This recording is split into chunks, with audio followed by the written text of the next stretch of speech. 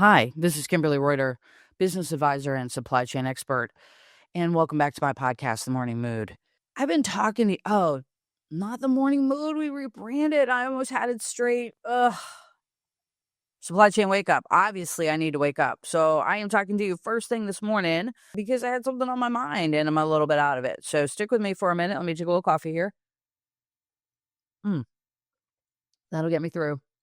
All right, so I've been talking to you guys with other guests a lot about planned pauses, the bardo, your tribe, village, the people you keep around you, and really kind of harping on making sure that you're paying attention to these things. And a lot of you out there in supply chain or just whoever's listening to the podcast, you don't have to be in supply chain. I know I have some non-supply chain audience people. Thank you for being here. But here's the thing. If you are in supply chain or any, another kind of job that comes to mind is working in the ER or the medical field, supply chain is pretty freaking thankless. Okay. We're behind the scenes. We are not front and center. If anything goes wrong, it's almost always our fault. And as I like to say in supply chain, you're only as good as your last package. And that means that you can ship 1 million containers absolutely perfectly and screw up one and they'll never let you forget it. And you could even lose your job over it. Like, that's what's so crazy about supply chain is that you're really only as good as your last package. And the other thing that's crazy about supply chain is that we have peak seasons. Whether we want them or not. If you've listened to my podcast about how I feel about the shipping carriers right now, they do not coincide with the PSS fees. But traditionally, a peak season was holiday shopping. So if you were in supply chain, September through December was just pretty much hell for you because you were working on inbound and getting everything in, and then you're getting everything fulfilled and stowed, and then outbound and return. So, honestly, actually through February, it's pretty much hell if you work in e-commerce and retail around the holidays.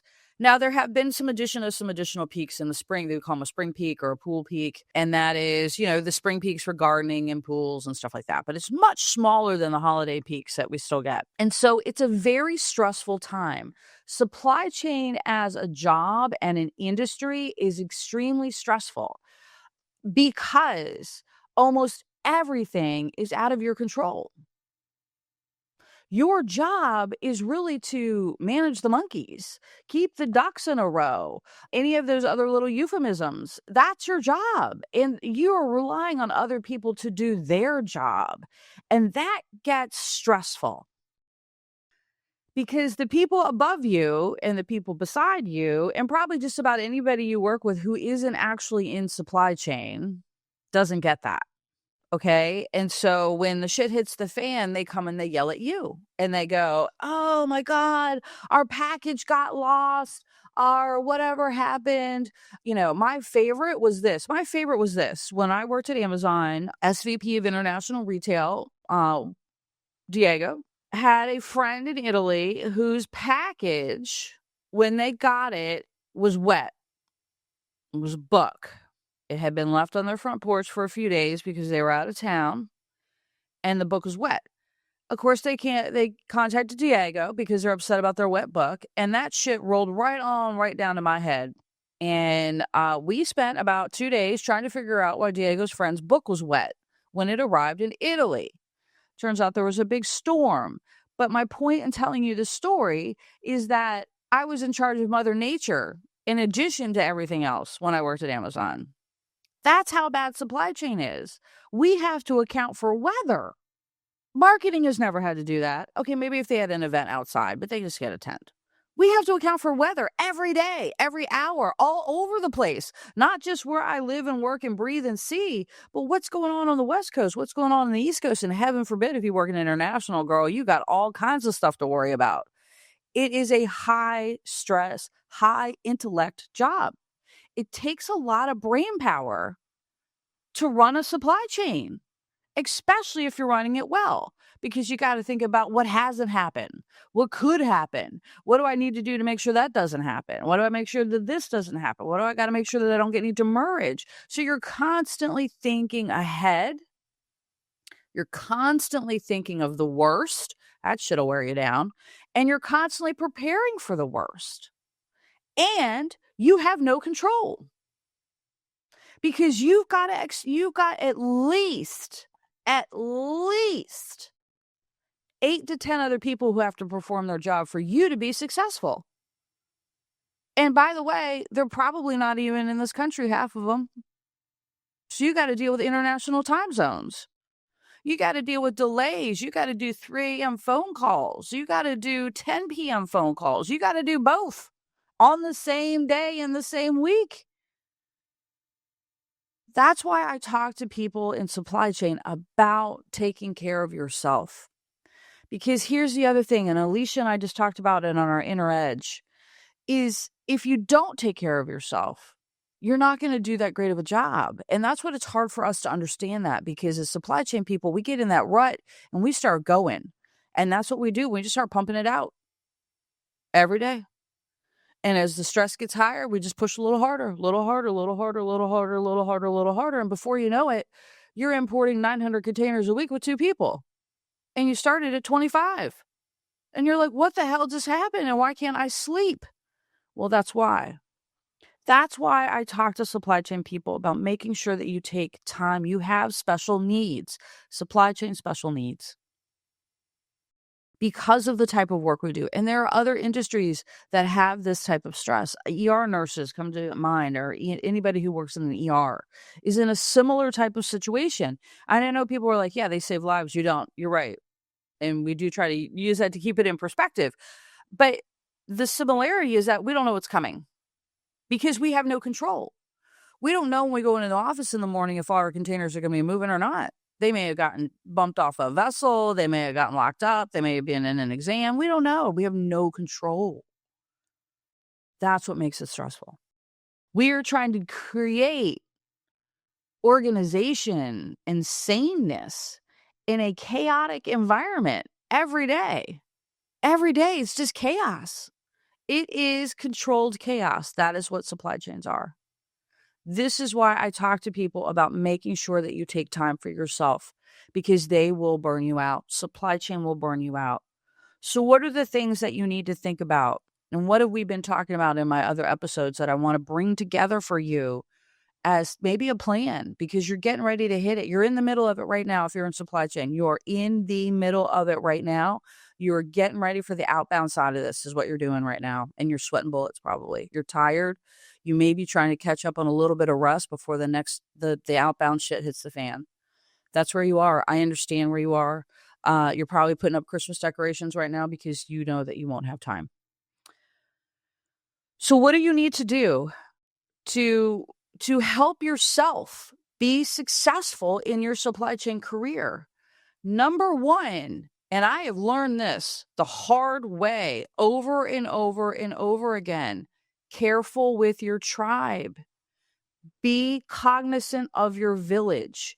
Who do you surround yourself with? And this is why this matters. And I am guilty of this. I have certainly been here, and I have clawed my way back out of it.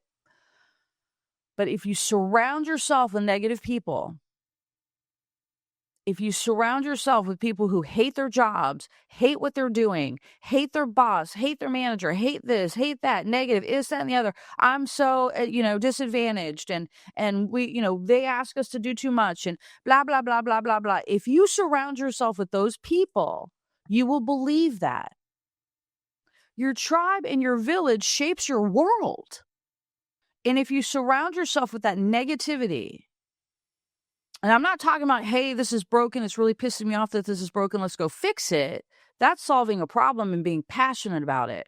I'm talking about people who just sit around and fucking bitch about everything, and none of it's their fault, and they take no responsibility for anything.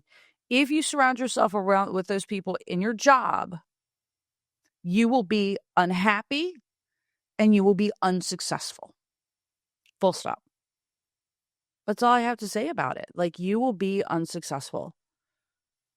And you will be more unhappy because you've created this like really unsuccessful situation for yourself. Yeah, that's what happens. So you have to be careful with who you surround yourself with. Because if you don't, you will find yourself wasting hours and hours and hours and hours a day standing around, not doing your job, and complaining. And you will lose your job because of that. Because you haven't been doing your job and you haven't been performing. And you can sit there and say, oh, but so-and-so's unhappy and so's unhappy and so this, that, and the other and blah, blah, blah, blah, blah, blah, blah, blah, blah. But nobody gives a shit. It's your job to do. Be careful who you surround yourself with. If you do feel like you have a very a negative situation at work, there is truly a problem, go to your boss and say, hey, there's been a lot of chitter chatter about this. It seems to really be a problem. I'm not talking about running to them and tattletaling on everybody, but if you have a legit problem and you have a possible solution for it, go to your boss. Hey, everybody's been really complaining about this. I think it's a real big issue. Here are a couple things I think we can do.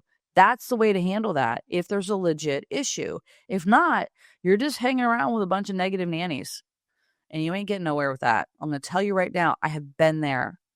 And I do believe that when I was in those states and I was hanging out with those people, that my job was about 30% more miserable than it had to be.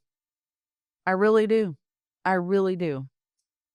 So careful with your tribe and your village, especially in stressful times of year when you're out there and you've got to do this shit and you're at 6 a.m. conference calls and 6 p.m. conference calls. Girl, I have been there. Honey, I have been there.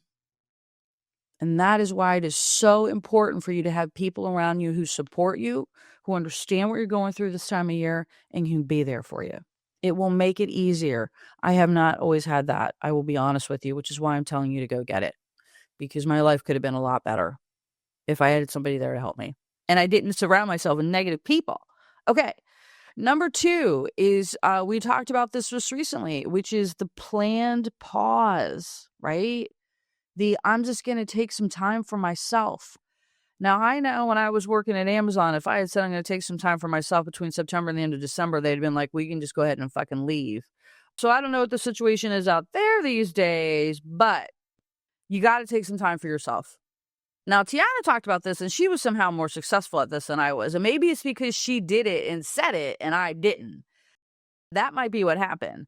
But you have to take some pauses when you're in supply chain, because there are no pauses in supply chain. That's why. In supply chain, there is no beginning and end. It is constant, forever, infinite. It is an infinite loop of chaos. Just infinite loop of chaos. Nope, just goes round and round. There are no natural pauses in supply chain. So if you don't create a pause for yourself, there will be no pause. Even when you come out of Christmas, even I know like when I was working at Amazon and we were working the big holiday peaks and stuff, I would take time from Christmas, between Christmas and New Year's. That week was kind of a downtime. And that was it wasn't really a pause because I still had to work. I just wasn't in the office. But that was quote unquote my pause. But even when I came back, like January, it was started all over again with planning, returns were coming in, all kinds of other stuff. There was after Christmas sales, like all the shit just kept going. It does not stop. That is why you have to make sure that you plan a pause when you work in supply chain. And Alicia and I talked about this yesterday. It does not have to be a week. It does not have to be a year. It does not have to be a month. It can be 10 minutes. It can be an hour. It can be anything that you can squeeze in where you say, hey, man, I'm not available for the next 10 minutes. I need a break. And I almost said this on the call with Alicia and I held back, but now it's just me. I'm going to say it.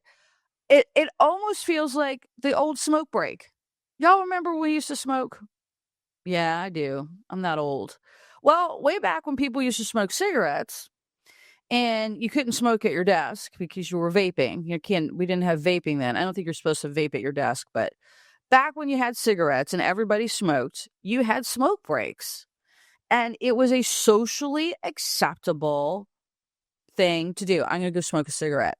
And I remember I kind of smoked in college a little bit. I mean, I think everybody smoked cigarettes in college, but didn't they? Maybe not. I did recently compare college experiences with someone else, and they will say they were drastically different. Anyway, so you used to have a smoke break, right? You go out for a cigarette, and a cigarette takes about 7 minutes to smoke. I think they're a little faster now because they make them burn fast. And that was a break, right? And I remember even though I wasn't smoking, I'd go take a smoke break, right? I'd just go stand outside with the smokers, just to get a break because it seemed weird that they got a break and I didn't, and they were doing something unhealthy. It never really added up to me. But my point of bringing this up is it's back to the old smoke break. It's kind of what it's like. A small micro break, a pause in your day where you can collect your thoughts. The other thing I used to do when I worked in an office and people would be in my office all the time, I had a rule. You could not talk to me for the first half hour that I landed in my office. Okay? Unless there was a crisis. Like I was like, unless there was a plane of Kindles on fire on a tarmac, don't talk to me for my first half hour because I needed to collect myself. I need to process. I need to check emails. I need to understand what's going on. And what was happening is my team, the minute they heard me hit my desk, would come running in with whatever it is that they needed me to know. And it's not that it wasn't important, but it could wait a half hour while I got my freaking head together. That was my planned pause. Your planned pause can be just that. Just saying, don't talk to me for a half hour when I get into the office because I need to get myself together. You have to do this for yourself in supply chain because no one else will do it for you. Your supply chain isn't going to do it for you. Your teams are going to do it for you. And your bosses sure as hell aren't going to do it for you because more than anything, if you're really good at supply chain, they want to keep you in that seat pumping it out because that's what you're good at. And I want you to keep doing it because I love supply chain. I loved working in supply chain. Supply chain, I felt normal in supply chain. Other jobs, I'm a freak. I felt normal in supply chain. I love supply chain. But supply chain will kill you. So you got to take care of yourself. Watch your tribe. Who are you surrounding yourself with? Are they lifting you up? Are they supporting you? Or are they dragging you down with negativity all the time? Careful. It'll make a difference in your life. And the second one is plan a pause. Take a break. It's okay. Alicia and I talked about when we went out to Portugal, the way that we set up our retreat when we went there is that we only were in sessions until 1:00. We had access to Alicia if we wanted to chit chat, but we were in session until 1, and then we met at, I think, 6 for dinner. So we had 5 hours, and people freaked out about that. Like, what am I going to do for 5 hours of time? And I'll be honest with you, I was kind of afraid of it too. I was kind of like, whew. But I got over it real quick because I've been training for doing nothing for a long time now. And you have to train yourself to do nothing. I'm going to add that as our little bonus here at the end. The third one, our little bonus that you can do to help survive supply chain is start learning to do nothing. I know. Read a book. Stare at a wall. Do nothing. Let your mind rest. However you do that, go for a run, kayak, hunting, walk your dog, fishing, getting out in nature in any way, form, whatever you can do to stop the voices in your head. I have lots of voices in my head, and they're not all nice. I'm going to be honest. Some of them are real mean, but you got to quiet the voices in the head. You got to give yourself a break. You have to find quiet and stillness. That's my third little bonus. And that's a tough one. Now, Alicia and I just did a podcast on that. So hopefully you can hear that. And we'll explain to you a little bit more about what stillness is. But you have to find the quiet. You have to start training yourself to do nothing. And it's really, really, really, really hard. Like I've been at it for 10 years and I still struggle. I'm getting better at it. And what it allows me to do is be more creative, produce better quality work, be extremely efficient with my clients. It's fabulous. And I wish I had known more of this earlier in my career. So listen up, y'all, my littles, my juniors, the managers who just got their first responsibility. Take care of yourself. Supply chain will eat you alive. Actually, it'll just eat you for breakfast alive, and then it'll eat your friends for lunch and dinner. All right, that's me. Peace out, y'all.